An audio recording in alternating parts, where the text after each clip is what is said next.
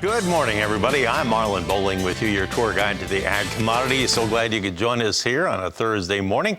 Hope it's fine where you are, and hopefully the remnants of Idalia just get the heck out of here, and we don't have to worry about that moving forward. We can work on the recovery operations and getting things back to normal.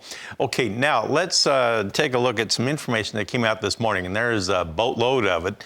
Let's take a look at the weekly export sales numbers with a little help from Brian Hoops of Midwest Market Solutions. We'll invite him in too. Okay, so corn, we had 1.06 million tons that were sold last week, combining old and new crop sales.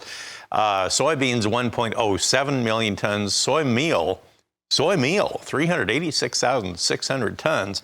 And then you had soy oil registering at 1,500 tons. The wheat, 344,100 tons this past week. Now, let's also look at grain sorghum, cotton, and rice. And grain sorghum sales really ramped up. They were at 253,200 tons. Upland cotton, 72,400 running bales. And the rice, 82,300 tons. Now, we have an overnight export sale that just came across the wire, and this is starting to be a regular occurrence. Yay for that. And let's take a look at what it is. It's soybeans. It's 132,000 tons, and it's specifically to China. No beating around the bush now. It's just they come out right and say China. 132,000 tons. That's a nice amount. That, Brian, that would be a couple of Panamax vessels, right?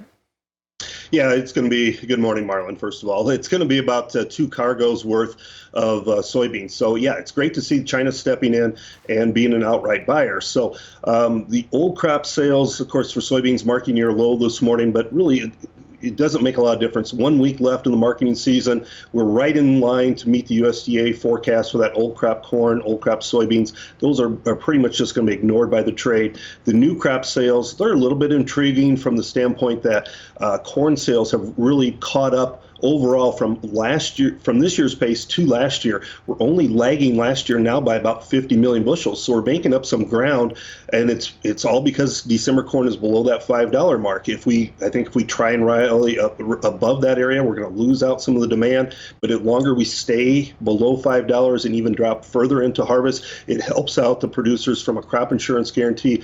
Plus, it's going to stimulate a lot of demand for us, I think. So it's probably our best thing is to not rally at this time of year. Just kind of drift lower, let that demand base build and narrow up some of those sales. Now, Mexico has been by far and away a best buyer of corn this year. They're bought about 4.5 million tons compared to 3.1 a year ago. So they're much better as far as purchasers. China is the one that's lagging. Last year, they had bought over 3 million tons at this time, and they're maybe 270,000 metric tons. So a vast difference in what China's been buying of corn this year.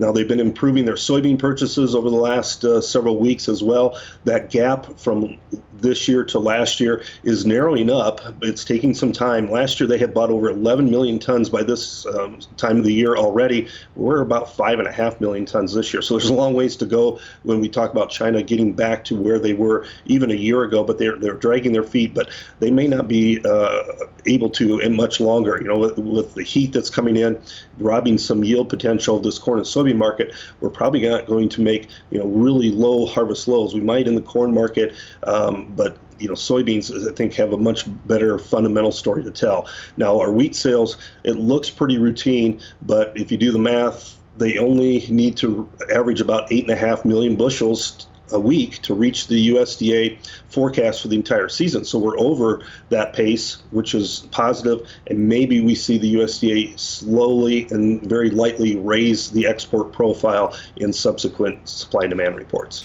Well, let's look at how we finished up the Globex trade here this morning. And of course, we traded a little bit after the weekly export numbers came out. December corn finished 2.25 higher at 483 this morning. On soybeans, you had the November a penny and a half lower at 13.85 1/4, but that was before this overnight sale came out. On the wheat in Chicago, December was down 8 cents overnight at 5.99. And Kansas City, December was down 10.5. It finished up at 721.25. Spring wheat trade, we had the December down 5.25 at 774.25. We'll be back talking with Brian about our meat exports last week. How did those sales rack up? We'll talk about it after this. All right, we're back with you talking with Brian Hoops, and now we're going to take a look at the beef and pork export sales that came out last week. Let's take a look at that beef number. It came in with a total of 17,700 tons. Now, how did we arrive at that? Well, for 2023, and they go by calendar years on the meat exports. Grains don't. They go by marketing years based on September 1st, I believe. The beef, we had sales of 18,200 tons for 2023. However, we had net reductions of 500 tons for next year, 2024. On the pork side, though, that was a healthy number. We had 37,300 tons, and that consisted of 36,900 for this year, and we added on 400 tons for next year. That went to Japan. And let me look who the buyers were. Hey, China bought 6,100 tons of beef, and they bought 7,800 tons of pork. They're back. What do you think, Brian? It's good to see them back, and you can see a rebound in our sales because of it. Our beef sales up considerably from last week, 34% over the 4-week average. I think 59% actually over the 4-week average. While pork was 34% over the 4-week average. So some big improvements, and notably, as you mentioned, China is the biggest one that stands out as far as buying. We're also shipping a lot of beef. This was a marking year high for shipments, 19.9 million tons, which doesn't sound like a tremendous amount, but our sales have been pretty decent. And the one wild card that everyone mentions in the beef is no doubt our supplies are tight, and that's not going to change anytime soon. It's will our demand be able to sustain these higher price levels? And the fact that we're shipping out to record amounts at these levels, I think, is a really good, encouraging sign for the beef market. Let's take a look then at our live cattle trade and how we finished up yesterday on the live cattle board.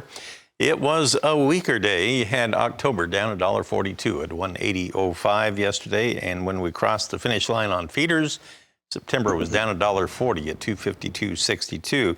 Lean hogs were a different story though. October up 287 at 83.60, and December was up 227. We'll see if they can follow that up with another upward day. Brian, thanks for all the comments. Appreciate the help. Brian Hoops of Midwest Market Solutions.